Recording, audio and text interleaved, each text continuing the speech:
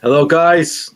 Here we are again. Welcome back to another Mouth of the Time, Full-Tyne Whistle. Today, we're discussing Newcastle United's 0-0 draw against Manchester United away at Old Trafford, joined by Neil and Joe from NUFC Twitter, who you guys all know by now. And let's get into it, lads. A good game, really entertaining. Both sides had chances to win it. I feel like a draw was probably a fair result. Bit of a football cliche, but I feel like it was also a game of two halves. I feel like Manchester United were better in the second half. We defended really well. But in the first half, I thought we were the better side. And I thought we were really unlucky, to not go in at the break 1-0, possibly even 2-0. Let's get into it. Neil, do you wanna take this one first tonight and give me your thoughts? Yeah, no worries at all. I think you're bang on. I think the first half, the first 5 or 10 minutes, it looked like we were trying to ease ourselves into the game, and then we started effectively getting our press on. Man United did a good job of playing through the press, but we were still pressing really high. We were trying to snuff out any of their attacks as well, but we were trying to get as many turnovers as possible. We had a few chances. You know, we got into some really good areas. We found some really good lines of passing in the first half. And I think Joe's unlucky. Probably should have done a little bit better with these two headers. The fact of the matter is, the first half we had 6 shots on target. We had more shots than Man United. 6 shots, and 2 on target. More shots than them. I think the challenge was second half. We got tired. They were pressing us.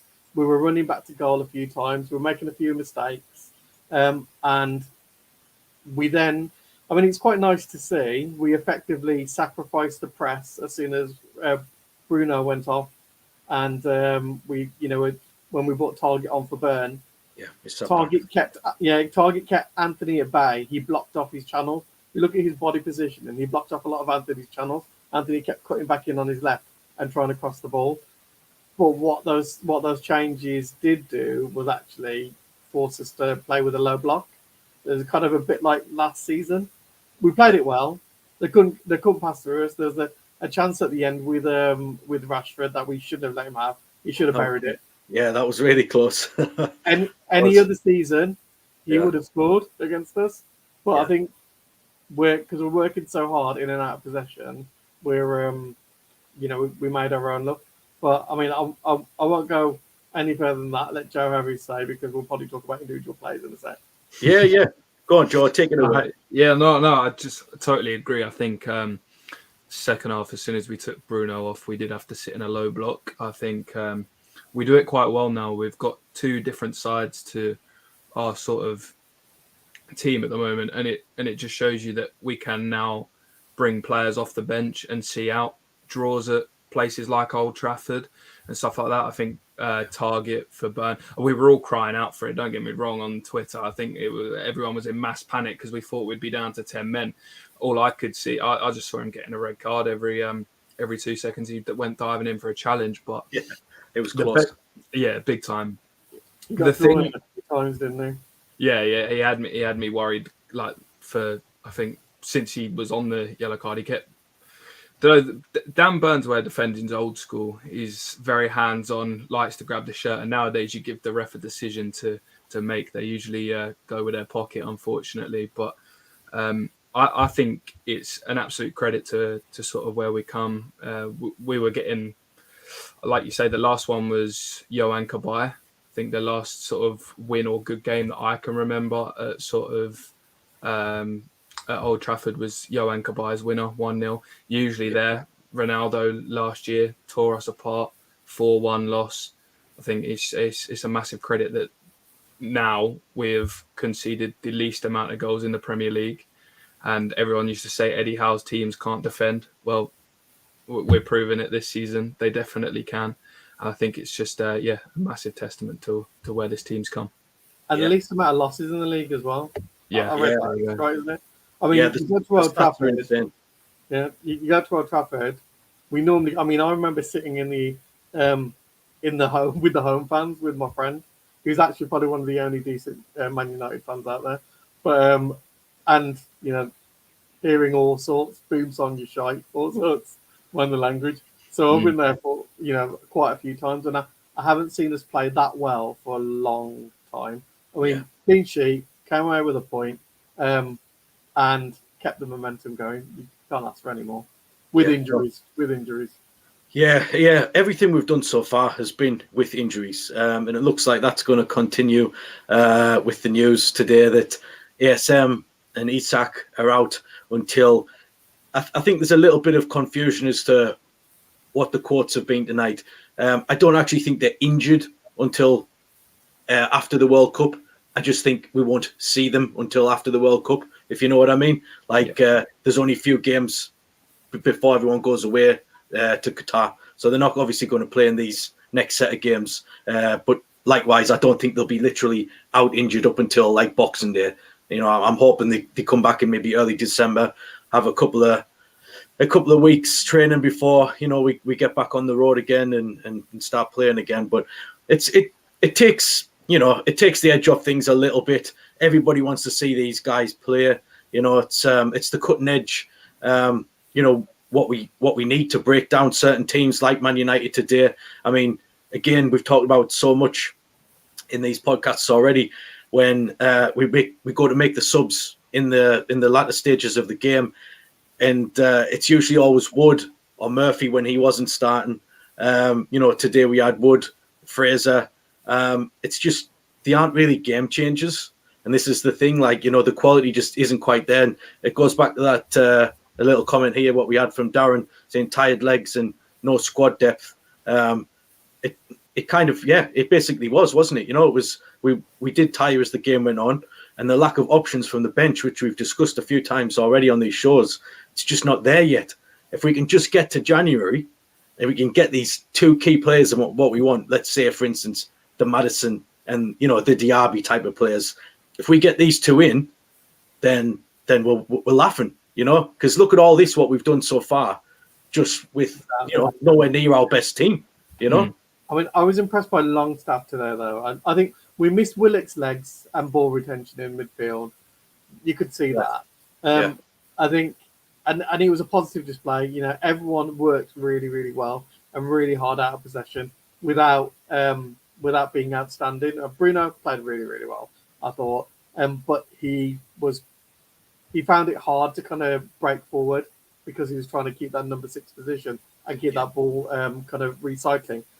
The great news was that actually Longstaff, even when he fouled for the free kick, that was intentional. He thought, right, I better foul him here just in case. Yeah, he did. He kind of realised really quickly that if he didn't, they were going to be in on goal. And he was lunging for everything, making interceptions, last minute lunges to play the ball forward. The kid played well. The challenge is when people like Murphy, I'll give him the benefit of the doubt. I think probably the team, the quality of the occasion, he'll play better against poor opposition. So he'll probably get another chance against Everton. But Miggy, I think he probably lacked a little bit of confidence in pulling the trigger like he normally would have done. And Shaw did really, really well, and so did Sancho on breaking up that kind of triangle that we talked about before with Bruno. Yes. And Miggy. It wasn't as effective. Yeah, it wasn't as effective. Yeah, man. Joe, what do you think about the stat that's coming out tonight that Newcastle United have the best defence in the Premier League, best defensive record, least goals conceded with 9. Now that City conceded tonight, that took them to 10 goals conceded. What do you think, man? What do you make of it? Isn't it crazy, right? It is. I was looking at something 12 months ago. Around this time, we started a back 4, I believe it was, of Matt Ritchie at left back, Lascelles, Shah, and Manquillo. Right, one of them survives, obviously, as we know. Shah, I think he was excellent today. It always gives me a little worry, but I think he was very good today against, especially against who the opposition were. But the 3, and including Nick Pope in that, obviously, Dubravka was okay, but obviously you've upgraded the goalkeeper as well, which massively helps. He has saved some crucial shots. But Trippier, we talk about it every week on this show. I'm pretty sure of it. I think Trippier and Botman, they get their mention every week. They are outstanding football players. Absolutely outstanding. People are starting to take notice of Sven Botman more and more and more. I'm seeing rival fans on Twitter now taking more and more notice of Sven Botman, saying like he's going to be one of the best centre halves in the league. I think he already is.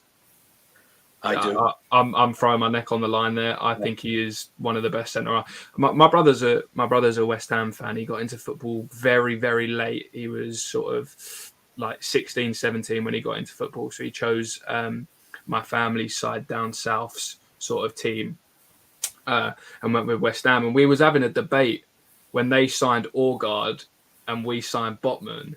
And we was having a debate of which one was going to be better.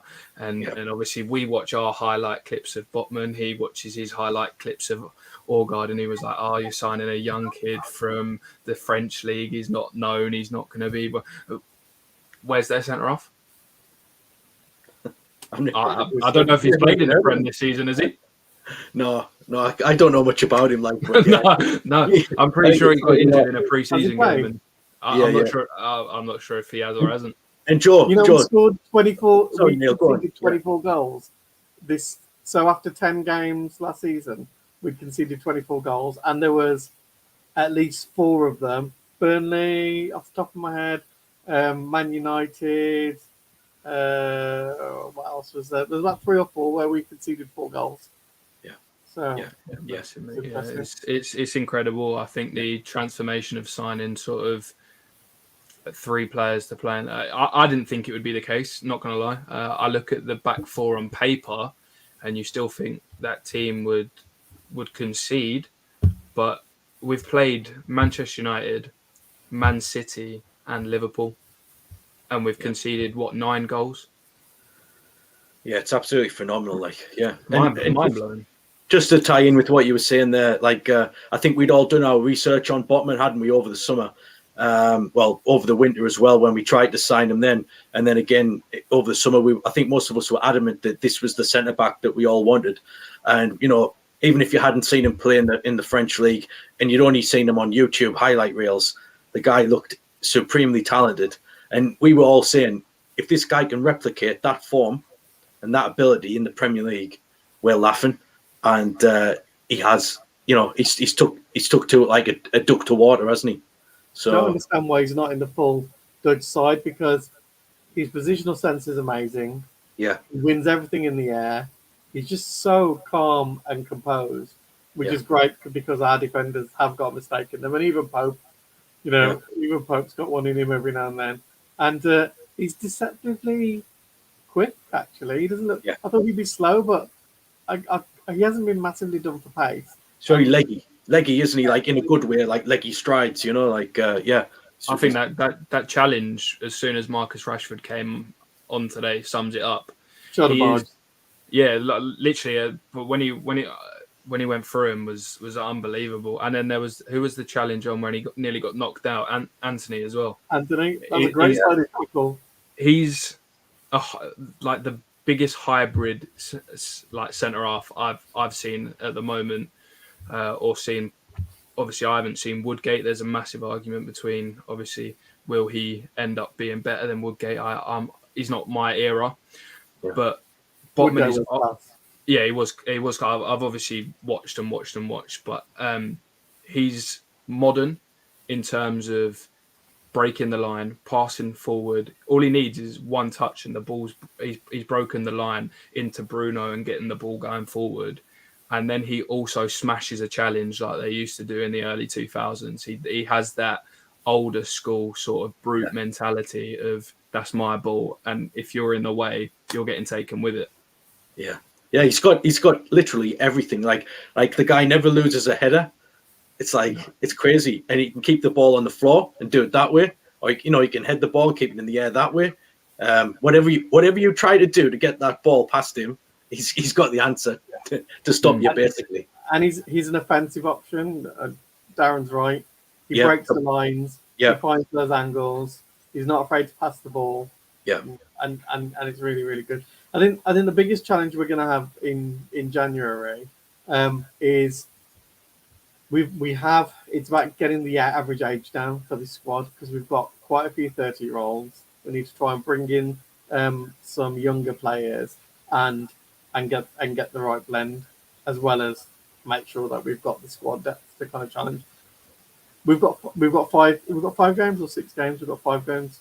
It's 5 in the Premier League and 1 in the Cup. So yeah. 6 altogether.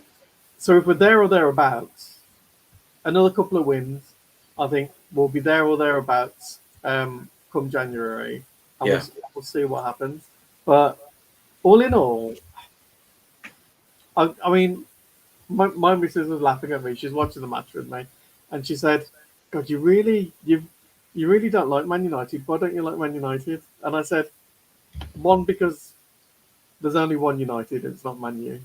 I said, and second, I hold a grudge from a long time ago with Man United.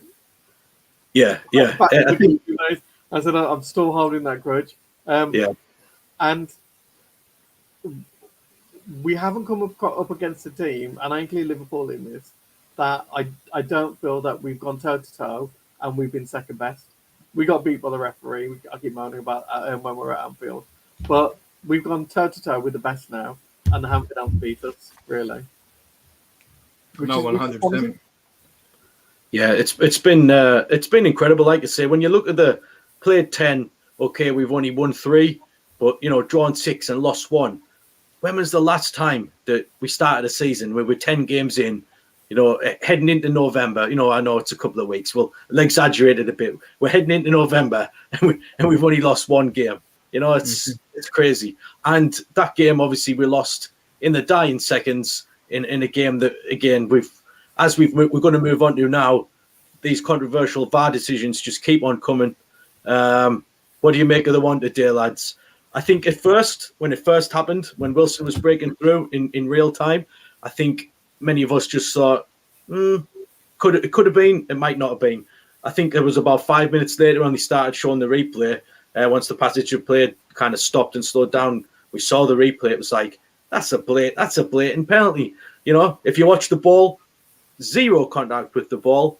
And this is what we've always looked for. Is there any contact with the ball? Even if it's like minuscule, it's obviously not going to be a penalty. But no contact with the ball. I can't understand why they didn't give it. Were they thinking maybe Wilson collided with him rather than the other way around? I think it was the last defender. I think they saw the last defender possibly and thought that it wasn't a clear, defined goal-scoring chance that was that he was impeded on.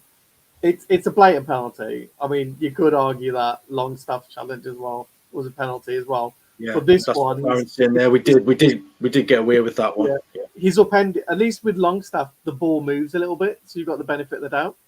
So the ball moves a little bit after he's made the tackle. So it actually looks like the trajectory of the ball has changed. Whereas with Wilson, it hasn't at all. It's not even coming together. He's literally been kind of a scissor action with 2 other opposition players. But they were at it all game as well. That was a controversial VAR decision. But Varane was, for his pedigree, he was filthy, constantly pulling shirts. I think Byrne had was it Byrne's shirt that was being pulled in the penalty box? Yeah, they should have looked at that. I think it was fair in the end. It was consistent refereeing, but those calls were a little bit tight for me. Yeah. Joe, what did you make of the Byrne one? Was that a bit 50-50 or? Yeah, I'm gonna sort of say we should have had 2 penalties and they should have had 1. Yeah. I think if you look at the refereeing in the Bournemouth game, the Bournemouth-Fulham game was absolutely shocking. Did you see the penalty for the penalties for Mitrovic? Oh yeah, I did see it. Yeah. If you give that and you want to keep consistency, you give the one against Dan Byrne's shirt, you give the one against Wilson, and you give the one that I think we did get away with. I did think it was a penalty from Longstaff. I think there was 3 big shouts of penalties in the game. But the standard of officiating is shocking. I think it's got something to do with us. I'm quite superstitious in that way. I think we're going to get a lot of what we like to call corrupt business going on. And I feel like that's going to happen all season, and maybe even longer.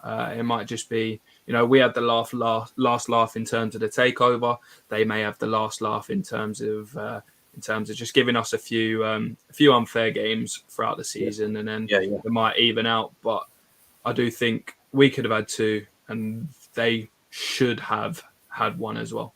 Yeah. Sorry, go on. Sorry, mate. I was going to say, until we win something, Newcastle has always felt like we're the kind of black sheep of the Premier League because we dared to try and win it back in Keegan's days. Until we win something, we won't be able to fight against the darlings of the Premier League like City, Arsenal, Liverpool. And I completely agree with you, Joe. We've had dubious decisions. We're 10 games in. We've got a lot more of these to come. The referee tried to play flowing football. He tried to keep his cards in his pocket, which fair enough. I think he should have stamped his authority a little bit more. The amount of whinging from Bruno Fernandes and everybody else was unbelievable. But we're going to keep getting them. Despite it, we're doing well. Despite it, we're doing okay. Yeah. Yeah, just to finish off on that one, Kenny says Wilson was pushed with a knee after Wilson had played the ball. For me, it's a clear penalty. I'll have to watch the ref review to see why it was not given. I think that'll be my opinion as well, Ken. There was definitely contact there. I just can't work it out. I've seen them given so many times. It looked like he was through on goal, and then he kind of just clipped him, like you say, with the knee. He went down. But again, it's something what I've noticed, what we're still quite not doing.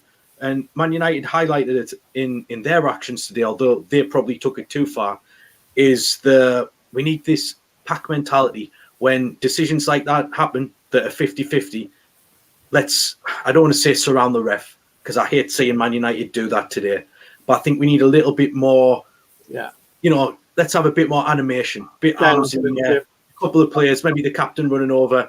I still think we lack that. I mean, obviously, the players only saw it in real time, the same as we did. They might not have realised if it was a penalty, but even Wilson's appeal was kind of like half-hearted. There was no like tearing his hair out, like running about irate. It was just like, and then he got straight up and got back on with the game. And I feel like that maybe swayed them slightly into thinking, well, players weren't screaming for it, so we're not going to push them. I'd have to agree with you, mate. Honestly, I don't want to be liked. I don't want Newcastle to be liked. I want us to be ruthless. I want us to be nasty. I want people to be pissed off when they've got to play us.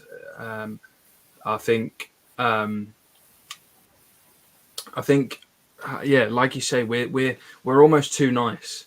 We're trying to, what does that one say down below? Yeah, no, I'm not saying. I agree, sort of. I agree with maybe not an agenda today, but I feel like it was poor for both parts. I think there should have been penalties for both teams, but I feel like as a whole, VAR isn't doing its job for us. With the Ronaldo one, that's a good point. I just saw it as him passing back. The referee hadn't blown his whistle for us to take a free kick, and that's the biggest point. That's why it weren't given. He hasn't allowed us to play the ball. So that's quite clear and obvious why that one hasn't. And he's blown his whistle as soon as before the ball's gone in the net. So either way, it wouldn't be given as a goal. But yeah, in terms of the penalties and stuff like that, I think we're going to be under a few dubious decisions, and like you said, for your question, I feel like we just got to get used to it and start getting nasty and being ruthless, because like you say, we don't have anyone. I know we say run towards the ref, but we don't have anyone that sort of appeals and stuff like that. We sort of just go, is it coming? They expect it not to be given now, so they sit around. But yeah, like you say, Wilson didn't even get up. Usually Wilson would be throwing his arms around. I think we need a Joey Barton type character within that midfield. We need someone who's going to raving madman. A little bit of the dark arts, like Batty was. He complimented the rest of that team. Listen, James Maddison. Madison. Yeah, he's one of them. He dives and he merchant. He's that guile, not like little bit of nastiness, don't we? Whether it's like slightly kind of theatrical dives, or maybe just like someone who's like in your face afterwards, like when you're not getting these kind of decisions. Either or, I think we need a couple more of those characters definitely in the team. Because Maddison had been winding up Martinez today. Martinez didn't like it when Wilson was in his face, and Wilson stopped all of a sudden. I don't know why he stopped, but he stopped. Yeah, he kind of backed off after the ref. Yeah.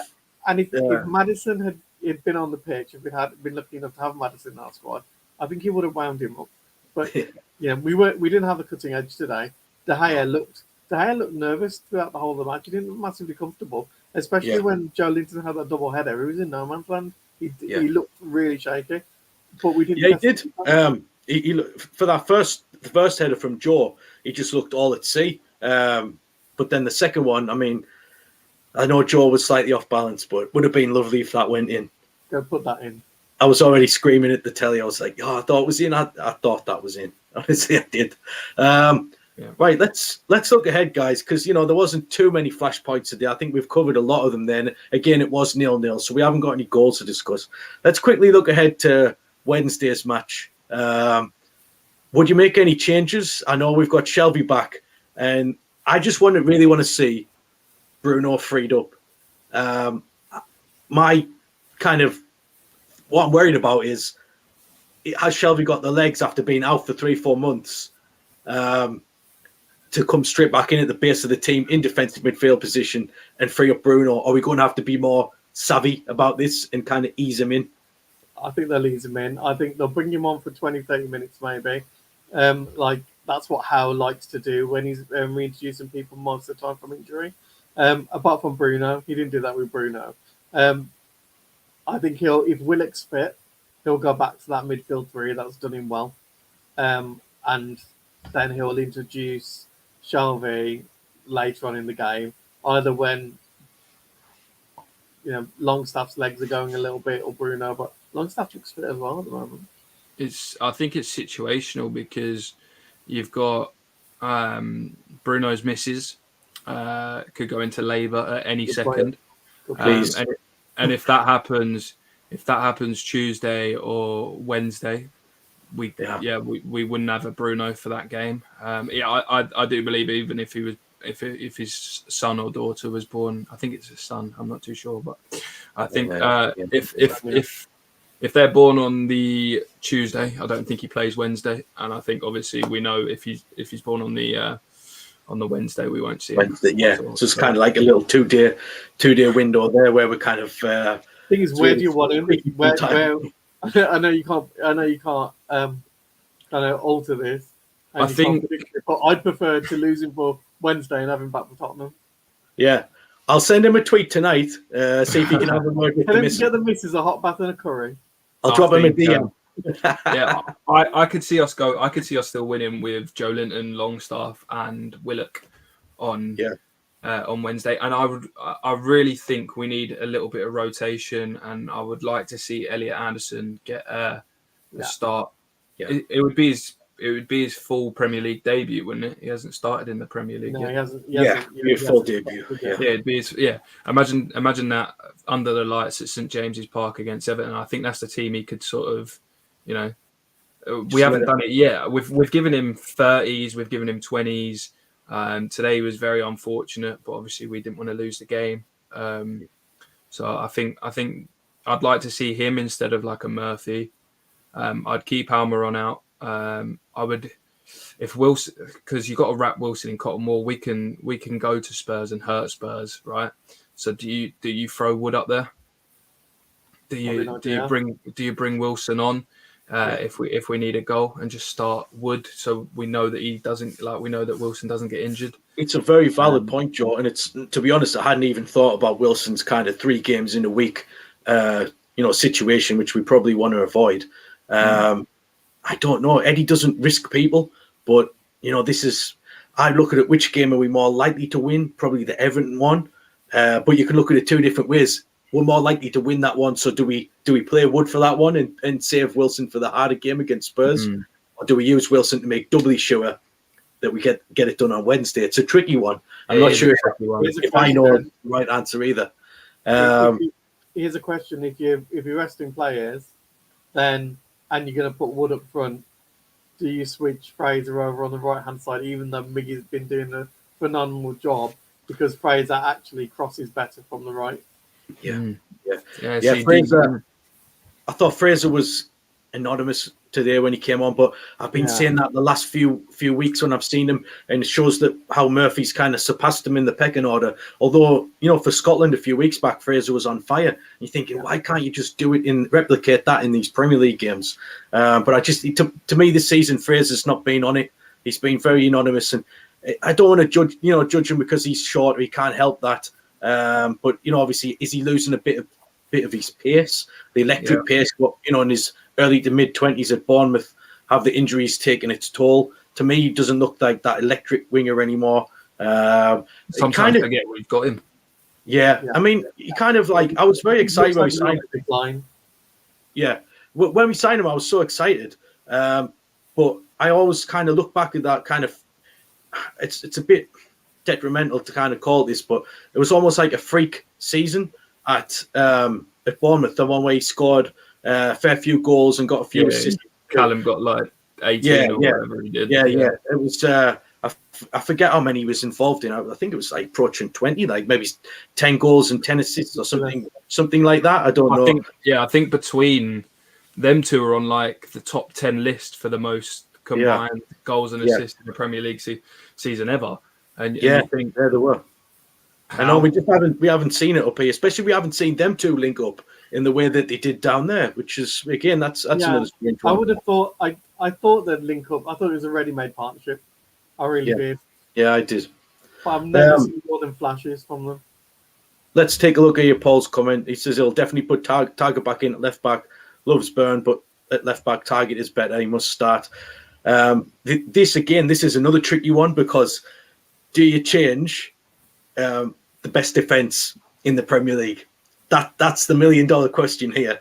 Are you going to drop Byrne for Target and go something that's a bit more fluid? Because it's really weird, because Byrne, I think there's been a few games recently where Byrne has been slightly out of his depth and caught out a little bit, but then he kind of always manages to redeem himself, and players don't score past us, and you think, well, he can't be that bad if no one scored past us, and it's like, but then he does look a bit height as well. He likes his height in the box. Yeah. It might be a controversial one, right? But I've been underwhelmed with Target, and I think I mentioned that last episode. Yes, you did. I've been underwhelmed with Target, but I don't rate Dan Byrne that highly. So I would say yes, because if we could get Target back to the form of towards the end of last season, I think he was in. I personally think he was England's most informed left back towards the back end of last season. Yeah. I think you get him playing like that, and he's more defensive. So there's that talk of like allowing Trippier to go forward and almost having a 3 at the back.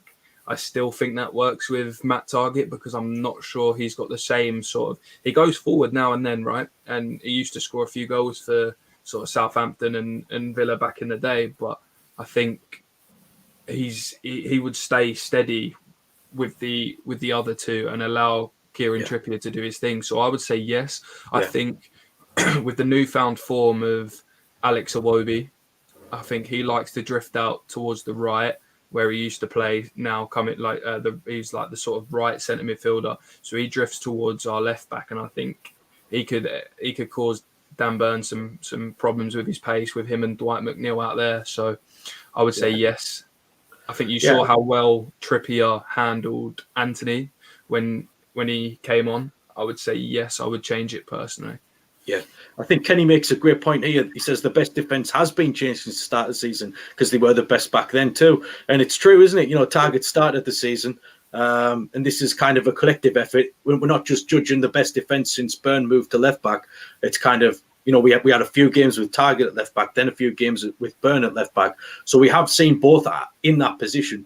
So like Kenny says there, it's not as if, you know, Byrne's been in since the start. So I think that's a good point. That's a good point. If we do change it, we are reverting back to it rather than, you know, trying something new.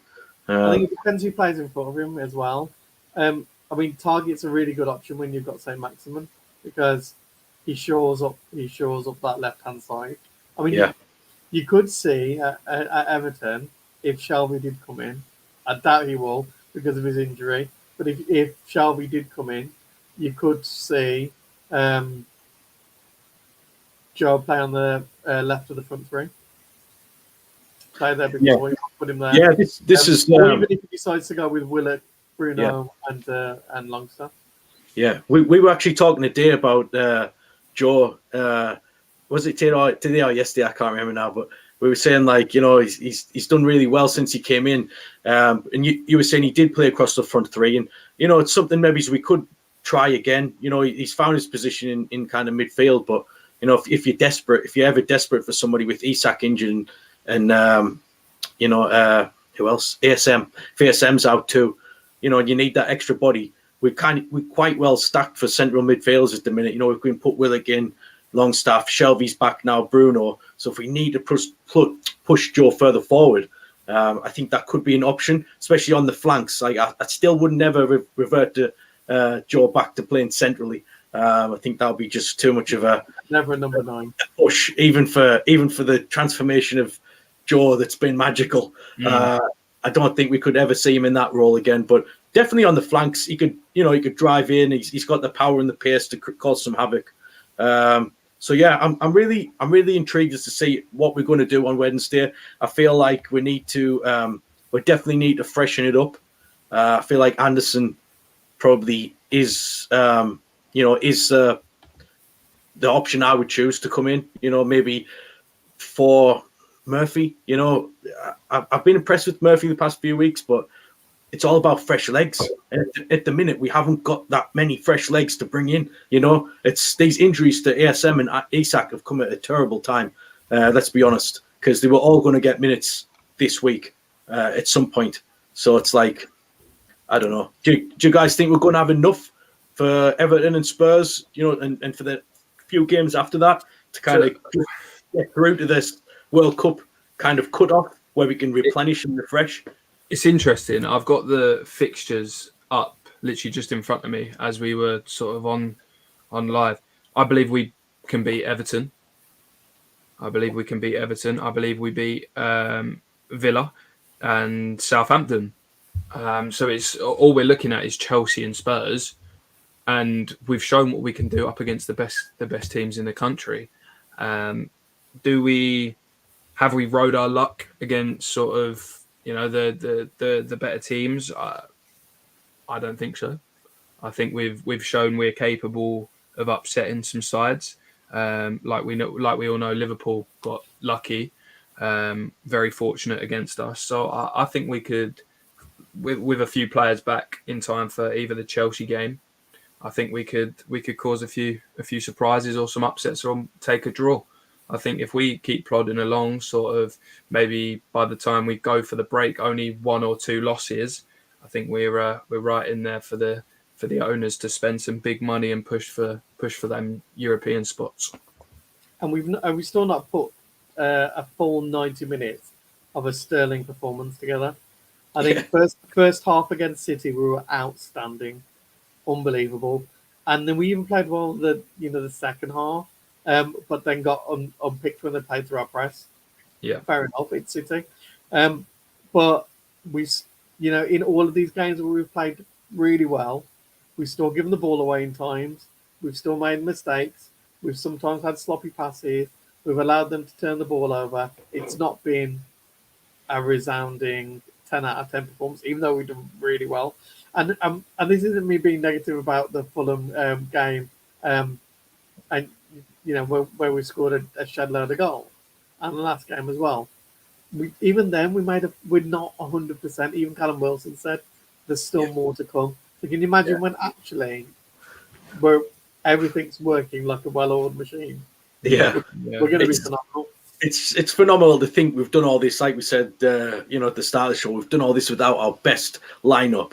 And just add ASM and Isak to this team, and you've got something really, really special, because then you've not only got the solid defensive base and kind of midfield bite with Bruno and Joe, but then you've really got the kind of attacking niche just to kind of cut through teams. I felt we missed ASM today. I felt like he could have been an outlet, especially in the second half when we were under the cosh. That's something that he obviously provides. We see it a lot later in games. We saw it last week when he came on against Brentford at home. Provides that outlet, doesn't he? When teams are tiring, when legs are tiring, if you can bring him on, or even if you could start him, he just looked phenomenal. Like when he plays, but it's just such a shame that he's got these injury issues. It's so frustrating. I really am, honestly. I just want to touch on this before we leave it, guys. But I really am frustrated about these two injuries to Isak and ASM, because it's like they are reoccurrences. So there's something not quite right. And obviously, when we express our opinions on Twitter, you have to be very careful how you word things, as we know, or you'll get you'll feel the wrath of certain people on there. Yeah. But is there something that needs tweaking here with the training? Because to me, I don't know. Are they just injury-prone players? Are we just going to label them as that and pigeonhole them as injury-prone and shrug our shoulders when it happens? Or has there been a little bit of mismanagement this season? Obviously, we don't know this. This can only ever be our opinion or theory. But there's something not right for players. We're getting a lot of muscle injuries, and lots of reoccurrences as well. It's like, how many times this season have we heard that he's had a setback? He's like, he's due back next week. Like even with Wilson, it was like, he's only out 2 to 3 weeks. Everyone knew at the time that Wilson wouldn't be out for 3 weeks. He was out for 6, 7, 8 weeks or whatever. Pretty much missed the first couple of months of the season. Same with ASM when he limped off against Wolves. They were downplaying it. It's not going to be too bad. And he hasn't kicked the ball since, apart from a couple of minutes at the end against Brentford. It's just like so frustrating. I think it's going to be one of those. I feel like I'm the harbinger of doom here. I think it's going to be one of those seasons where we're not going to see what we think our best 11 is on the pitch regularly. I think either one of Isaac, Wilson, Bruno, ASM will be missing at any one time. Literally, that right there. Yeah. Everyone has said how intense his training is. And if people are coming in sort of, with a little knock or a little niggle, it's so difficult to. I know Eddie likes to say, we'll be careful. We'll be cautious with how they are and how they're stepping up. But have you noticed every injury we've had, right? They start off with, it's only this amount of time. Then they'll be like, they've had a little setback, blah, blah, blah, blah. Then it'll be like, all of a sudden, they're out on the grass running or they're back in full contact training. It's like, relax them. Let them get fit. Otherwise, our performances on the pitch will start to decline. And obviously, that's not what we need. We need to be for January in and around it. And then then we'll push on. Yeah, the Isak injury, especially with that coming in an international friendly as well. It's like, it's so frustrating. Sorry, Neil, go on, my friend. No, I was just talking about Paul's point and your point about the regular injuries. We had the muscle injuries a lot in Pardew's time actually, before Rafa came in, and I thought it was because of the pitches, and Rafa changed something to do with the pitches. Yes, Rafa did change that. To try and reduce muscle injuries, and then he allowed a little bit more recovery. And maybe we need to look. Maybe we need to look at that. That we are overtraining, as Joe said, and maybe they're not getting a lot of time to recover. It's an interesting one, isn't it?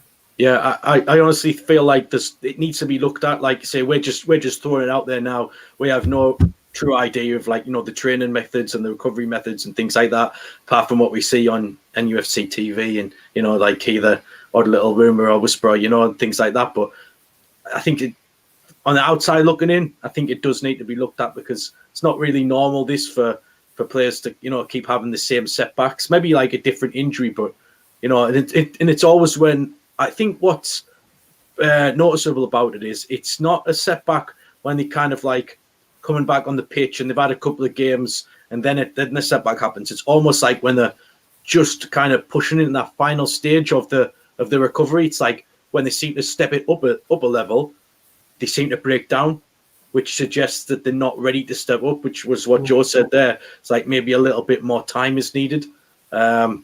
This is just, again, from the outside looking in, but it does appear that way, doesn't it? It's happened 3 or 4 or 5 times this season where you're thinking, oh yeah, the back next week, and then they've got this injury setback, and this is why I'm worried about Shelvey, because Shelvey's he does get these injuries from time to time, and his general fitness is pretty good and has been for the past few years, but we know his calf's a bit temperamental. And was it his calf injury the last time? Was it the old calf went again? I can't remember. Mm-hmm. But yeah, it's something that we're going to have to keep a massive eye on. No, massively.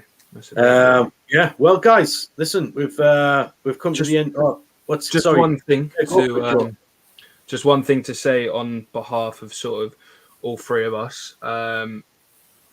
I think quite recently on Twitter we've seen some behaviour from a Newcastle fan that we condemn completely. I think from all of us here on the podcast, we condemn the racist behaviour of a Newcastle fan that was sort of seen on Twitter. I think as a whole, I think Newcastle's quite a sort of friendly community on Twitter. I know we've got some haters, and I know we've got some people that like to take the piss and blah blah blah blah blah. But that's one thing from all of us. We don't like to see. And yeah, we'd like to say from most of us that is not the case. From 99%, and some of us let us down, unfortunately. But we it was shocking to see. I'm going to keep an eye on that one. See if it gets the justice that he is coming to him, because it was really wrong, that. And especially if he is from up here, and Tony was a player that played for us, and we didn't. Despite having a bit of pantomime villain about him, we'd never, the whole fan base had never gone down that route. So it was shameful. It was really shameful to see that. Yeah, it was. I'm really glad he outed him, actually, because that's the way forward. It's no, 100%. Sitting on it. And it was quick. It was sorry, Neil? I said, just like you said, Ben, it was quick. Yeah. He outed him straight away. He got the authorities of the club involved. Yeah. Right thing to do. Yes, yeah. Yeah, definitely. Right, well, lads, like I said, not too much to discuss in terms of goals and things today, so hopefully we've kept everyone entertained. It wasn't the most exciting of shows as we've been treated recently. We've had the 4-1, the 5-1, we've come on full of beans and discussing corking goals and, some screamers. We didn't have that today, but we've done a nice little kind of run through of 50 minutes. Yeah, and why we have the best in the league. I'll take the point and take 3 off them next year. That's it, man. It's glass half full. Listen, we're 6th in the league. We've got the best defence in the league. We've got +8 goal difference. Things are going well. 6 games until the transfer window. Let's just keep the show going, man. The show goes on. As to quote the Wolf of Wall Street, we're not leaving this top 6. No, we're showing the big boys how it's done. Yeah, we are, man. Well, listen, lads, thanks very much again, Neil and Joe. And just a shout out to everyone at home for watching. Really appreciate you tuning in on these shows. We hope we keep you entertained. And please like and subscribe if you like the video, guys. We'll definitely bring you another one next, hopefully midweek against Everton. We'll see what time I get back from the match. If it's a little bit too late, we might have to do that one later in the week. Yeah, Thursday maybe. I don't mind. Yeah, we'll check our rotors and we'll keep you all up to date, guys. But once again, thanks very much. Neil and Joe, I've been Ben from Mouth of the Time. All the best. Take care. See you later. Bye, guys. Cheers, Bye. guys.